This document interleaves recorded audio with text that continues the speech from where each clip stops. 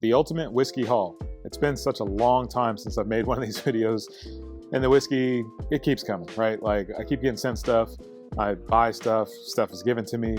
Whatever the case is, my whiskey collecting has not really stopped, even though I haven't really made many videos recently on a haul. So I figured, let's just do one massive video and let's just do an all-out ultimate whiskey haul. We'll start with what was sent to me. So this actually was sent to me from Chattanooga Whiskey. This is their Pinot cask finished bourbon. This is a 95 proof. Now, I'm really skeptical, just to be honest, about a Pinot finished anything. I think it has to be done right if it's going to be any good. But one thing that Chattanooga Whiskey has proven to me over the years, at least, is that they know how to finish whiskey. They seem to just, anytime I'm a little iffy on it, they seem to get it right. So this bottle was sent to me from them. I'm excited to try it and just see what my thoughts are. But if it's like anything else with Chattanooga Whiskey, I just enjoy their products overall. So excited to give this one a try. All right, these two bottles were sent to me from ASW Distillery down in Georgia. This is the Fiddler. They sent me the toasted rye and the toasted bourbon. Both of these I have actually heard a lot about. I mean, it seems like these different channels out there on YouTube World or whatever, or people just talking about it. I mean, it seems to be a brand that picks up a lot of steam and a lot of momentum. It's just one that I'm not as familiar with. So, you know, when they reached out to me and said, hey, have you tried any of our stuff, or have you had anything? In Indiana, I actually couldn't even buy any. Just recently, it's now hit the state. So I'm excited to try it for the first time and see if it lives up to the hype. Now, for me personally, anytime bottles have more hype behind them, I am more just critical, I guess is the right word, where I just like, when everybody else is going in one direction, I always want to go in the other. So if everybody loves a bottle, I want to critique that bottle even more so to see, does it really live up to the hype? And there have been bottles in the past that do live up to that hype. Elijah Craig C923 last year did live up to the hype. Holiday Soft Red Wheat, the Rickhouse Proof, it did live up to the hype. So there are bottles that do. I just like to be a little bit more critical when I get these. But again, ASW sent these to me. So, you know, for me personally, to be able to try it and see if it really does live up to that before I ever recommend that brand to anybody. All right, and to wrap up what was sent to me, Hard Truth Spirits sent me these 4 bottles.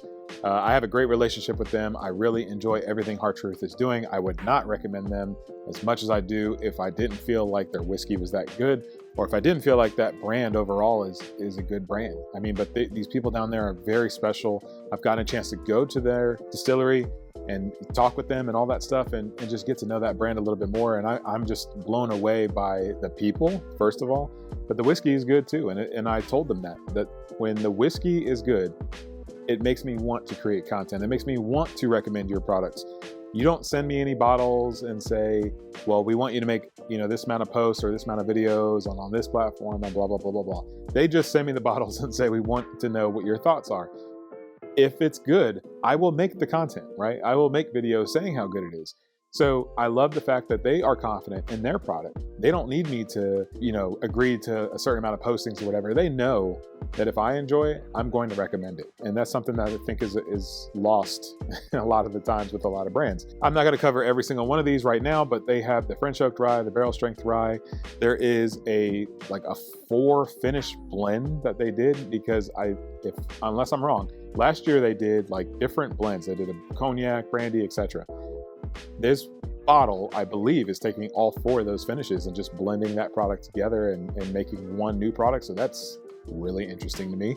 I enjoyed all of those individually last year, but I'm really curious to see what it looks like when they're all together. And then the last one, which is I can't wait to try it, is the double oak rye.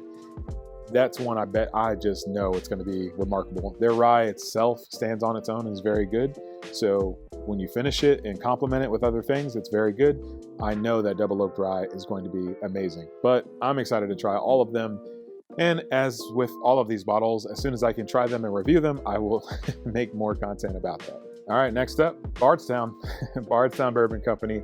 I have been a fan of Bardstown since the very first product I ever had from them, which was Discovery Series 1 and Fusion Series 1. Both of those, at that time, that was all they even had. It was just those 2 products. And at the event that I tried them at, everybody was lined up under Buffalo Trace to try their stuff. Nobody was at the Bardstown table. And that was actually the reason why I went over there, because I didn't feel like waiting in a line to try stuff I've already had or whatever. I wanted to see what was new and what was upcoming. And at that point, Bardstown was the new thing and nobody really knew about them. And when I tried their stuff, I instantly, especially the Discover Series 1, I was like, what is this? I need to know what this is. And ever since then, I've been a fan of theirs. Went out and bought a lot of Discovery Series 1. And in fact, I still have some Discovery Series 1 left. I have had all of the Discovery Series up to this point. But I'm surprised that a lot of stores still have a lot of stock from probably, I would say, like 6 to 12. You can find those. And I'm surprised. And I think it's from a retail perspective, I find it interesting that 12 seems to have flown off the shelf. So I don't know if that's like maybe the state didn't bring as much in type of deal, or I don't know, but it's odd to me that 6 through 11 are just sitting there. 12 all of a sudden starts to fly off. And I think, there's been a lot of good feedback for 12 and it is good, sure. But I thought 11 was good. I thought 10 was good. I thought really ever since they redid the labels, ever since they redid the design, the whiskey matched within it. They started going back to more all Kentucky blends and didn't really experiment as much in terms of bringing Canadian whiskey in and, whiskey from Georgia, all these other places and blending them. They actually seem to keep it all Kentucky recently, and I think that's kind of helped their profile. Along with that, though, they've been building up their Origin series, right? So they've had some of the bottled in bonds and all this other stuff. Well, now they've got their own wheated bourbon. I have had a chance to try all of these actually, and they're all amazing. The thing that I love about the Origin series wheated is it's just a regular part of their series, right? So yes, the 12 might be good, but the price point is going to be crazy high. Price point is going to be somewhere around 150. I got a chance to try the Silver Oak as well. That was amazing. But again, price point 150. A lot of these are going to be very, very high. Even the single barrels that you can find a lot of times are breaking 100. So to have an Origin series that you can find, I found in my area anywhere between, I'd say $50, $60 in that range. To have that, and it's a competitor, a lot of people want to compare it to Weller and all that stuff just because it's a wheated bourbon, I guess. And people are looking for the Weller killer. I think this stands on its own. You don't need to worry about what Weller is doing or whatever. Just try it on its own. If you enjoy wheated bourbons, I think you like it. Even if you don't enjoy wheated bourbons, I still would give this one a try because it's just unique and it's very good and I think stands on its own. So I'm just excited anytime there's just a regular offering, no limited editions, no $150, $200 bottles. If it's something, hey, it's the weekend, I want to kind of get a little, something nicer, I'm gonna roll with a $50, $60 bottle for the weekend, enjoy time with my family, whatever it is. Like, there needs to be bottles that fit that criteria, and this is one that's going to fly right into that category and hopefully take that category over. And the last was a pick from a local liquor store, West Clay Wine and Spirits. Shout out to them. You've heard me talk about West Clay a lot, and it is because they know whiskey. They know how to select barrels. Their palates are amazing, in my opinion. And sometimes they're limited to what they can try, right? If you are sent 3 different samples and you have to pick the best out of the 3, maybe the samples you received weren't as good. So I'm not like, anytime there's a barrel that's not as good, to me, I don't really blame that on them. But any chance they get to actually go try something and can kind of pull different barrels and all that, it seems like they hit it out the park every single time. So to do something with Bardstown and to do a rye that was finished with these cherry staves. There's something magical about these cherry staves. So like I said, I'm very critical about bottles that get a lot of hype. Well, the minute that West Clay Wine and Spirits dropped this bottle, I got a lot of messages telling me about it and telling me that it was very good. And so, same thing. It's like, yeah, we'll see. And I go in and try it and I'm just like, dang, they were right. Like, this bottle is very good. So I think I've seen a few more of these pop up. So this might be something that seems like Bardstown is actually doing across the board. So if you can find a pick of this, I think this is one. I wouldn't say it's totally slept on because it's Bardstown. I don't know that anything from Bardstown is ever slept on, but I just think it's flying under the radar. It's new. People don't really know about it. And the great thing about West Clay is that they allow you to try it before you buy it. So you can always try that before you ever spend that type of money on a bottle. And I think that's worth it, because had I not tried that, I don't know if I would have bought it. Maybe I would have, just to make the content or whatever the case is, but that's something there that I think it's important for a liquor store to do that and let you try that and see if that money is worth spending. But like I said, I've tried all three of these. All three of these are amazing. So I can't wait to actually sit down and officially review these and give them a score and all that stuff and see where they line up on my whiskey table. But I'm guessing that it'll be pretty high. All right, so years ago, I used to say I'm not really a rye guy and all that stuff. I can't say it anymore. There's just too many ryes that I enjoy lately. And thank you, Hard Truth, for that. I feel like Hard Truth was one of these brands that kind of put me onto it. I would say Peerless kind of put me onto it. And then there's a few others here and there. New Riff is one of them as well. But now it just seems like there's so many different ryes that I enjoy, and not just because they taste like bourbon or, whatever the case is. I actually went out to a bar recently, Jack Rose in DC, shout out to them. And I tried Little Book Chapter 8, which is a rye, and I can appreciate that. That has an overall rye palate. You definitely know you're drinking rye, but I've learned to appreciate the rye at that time and in that moment, right? Don't think about it like a bourbon, just understand that I'm drinking rye and appreciate it for what it is. So ever since that switch kind of flipped for me, it's been game over. I realized that a lot of the bottles I've been buying happen to be ryes. So the Elijah Craig Toasted Rye is one that I was very interested in. I enjoy the toasted bourbon. I enjoy Elijah Craig probably everything. So, this is just one that I want to see how that toasted process really impacts this whiskey and how that changes the overall profile of this whiskey. And then the second one for Knob Creek 10-year. I'm not always the biggest fan of Knob Creek, and I've caught some hate for that in the past. But when I clarify that, for me, it's not that I'm not a fan of Knob Creek. It's that when I got introduced to Knob Creek, it was at an older aged product. So the first Knob Creek I ever had was like 14 or 15 years old and at 120 proof. So now when you go back down to an 100 proof pick that's 9 years old, to me, it just doesn't taste as good, right? Or a higher proof, but it's still, I like the older ages on that. And I just feel like there's some, I can't ever pinpoint what it is, but there's like some aftertaste that I just get from Knob Creek that I don't really enjoy as much. Not a bad whiskey, just I could tell it's a personal preference type of thing. Rye, in my opinion, doesn't need to get as old as a bourbon in order to kind of help that flavor profile. So to have a 10-year-old rye, to me, is kind of like, that's no different than a 14-year-old bourbon, let's say. So I think in terms of how that process is, I think it'll be good. I think Jim Beam and rye in general is good. I think, like I said, I had the Little Book Chapter 8. That was good. So I think these two will be different from each other, but I still think that they will be good in different ways and will bring different things to the table. And, we'll see. We'll see how they go. But I've stopped being so critical on rye whiskey, and I've just learned to enjoy it. And I truly do enjoy it. And again, I drink them neat. A lot of people mix them with cocktails, that sort of thing. So I know rye is kind of different in cocktails because that spice kind of powers through all the other ingredients. But in terms of drinking it neat, it's always been a challenge for me, but I would say that changed, I would think, maybe 2 or 3 years ago for me. All right, honestly, I can't remember if this one was in my last video or not, so we're just gonna cover it again. The Hearts release from Maker's Mark. I'm just a huge Maker's Mark fan. I love everything that they do for the most part, and I think it's just one of those ones with the price point and the availability of it, people just overlook it. So I'm glad that these limited releases are just helping at least bring a little bit more respect to the name of Maker's Mark, because I feel like in the whiskey enthusiast world, it's just overlooked. I mean, obviously people know Maker's Mark, the brand, all over the world. But when you talk about fantastic whiskey, you mentioned Maker's 46. This has happened to me where I suggested that, and people kind of like, it's Maker's, right? But then if you blind a Maker's 46 cask strength, let's say, against a Weller 107, I love Weller 107, but there have been times where I've conducted a blind and people pick that 46 over the 107. That happens more times than not. So again, one is available, one is not.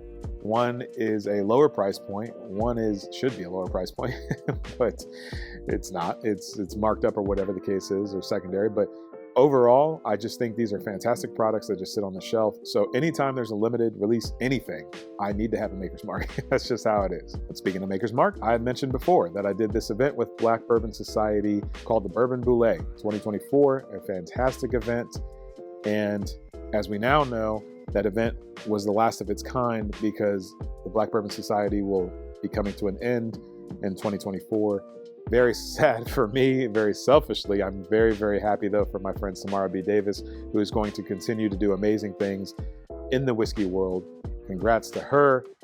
But selfishly, I'm sad that Black Bourbon Society will be ending at the end of the year. Something that they've always done very well is pick very good makers' bottles. They have received awards for their makers' picks, and I think this one will be no different. I got a chance to try this one when I was at the Bourbon Brûlée event, and I did a tasting there, and they actually let me use one of their bottles as part of that tasting, and I tried it then for the first time.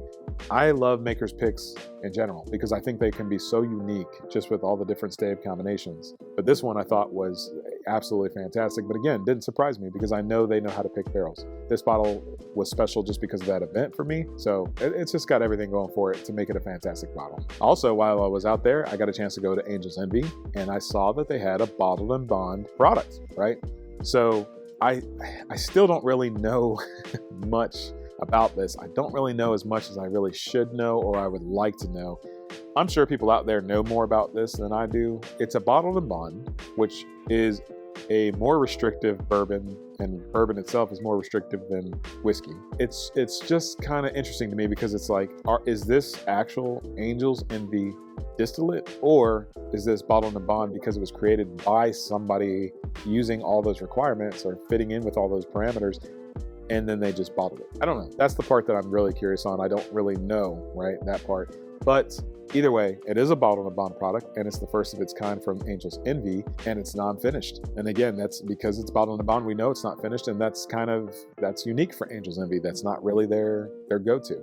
The other thing that stands out to me with this is that it's cask strength, bottled and bond. So it's 100 proof cask strength. And it was only available in the 375, not in the 750s. Either way, to try this, I think it's going to be something so different from what I've seen from Angel's Envy in the past. I actually have something coming up, an event where I'll get a chance to interact with some of their reps in November. So when I do that event, I'm actually going to ask them about this bottle and just see if I can learn more.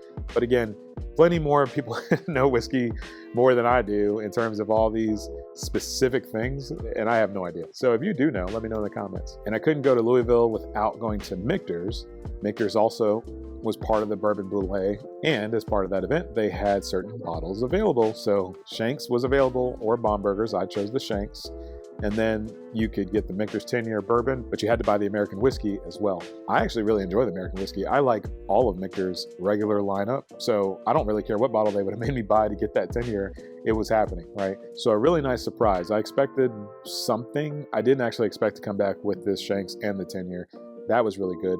And then like I said, the American whiskey, it's good in general. If there's a gift, especially for somebody maybe who's new to whiskey, like somebody's birthday coming up or something, I need to give a gift for some reason, I think that would be a good bottle. If not, if I need to hold on to it and drink it, then it is what it is, right? I'll take that heat. I'll deal with the consequences. But overall, like I said, the 10-year and the Shanks are the ones I'm really excited for. I've had these pours, but I've never actually had these bottles. All right, last but not least, this is from Old Forester. Again, with the Bourbon Brûlée, me being in Louisville, I got a chance to go over to Old Forester, and they had these two bottles available to purchase as part of that event. So the 117 series, they had the rum finish. I'm not a big rum fan at all, but I do like buying bottles that I know I can't get anywhere else, or I don't see anywhere else, or whatever the case is, because again, I can always give these away. So I'm not really worried about that. You know, if I open this and I truly, truly don't like it because of that rum finish, then yes, I will find somebody that will enjoy this bottle a lot more than I would. But the President's Choice, I actually got a chance to try before I even bought this bottle. Like I wasn't going to buy it anyway. But either way, that bottle is absolutely one, in my opinion, that does live up to the hype. It was fantastic. I know overall, if you can get birthday bourbon, you get birthday bourbon. I get that. But in terms of trying the two next to each other, I actually preferred the President's Choice. If all things were the same, I probably would have selected the President's Choice. Again, if the two were offered to me, then yeah, probably taking birthday bourbon. So that may sound very confusing and contradicting. I get it, but it's just in terms of the actual whiskey. Like if you were to blind birthday bourbon with this, I think I would pick President's Choice over it. But you never know. That's the whole point of a blind, right?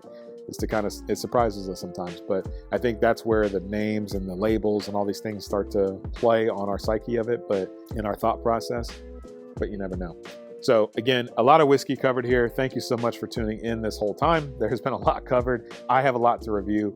For those that may not be familiar, I rank whiskey and I rate it out of 100. And basically I have this list that just I'm trying to figure out where things go. So if I rate something, I'm sipping something and in my head, I kind of feel like it's a 91, 92, somewhere in that range. I look to see what is a 91, 92, and would I drink this bottle over that one?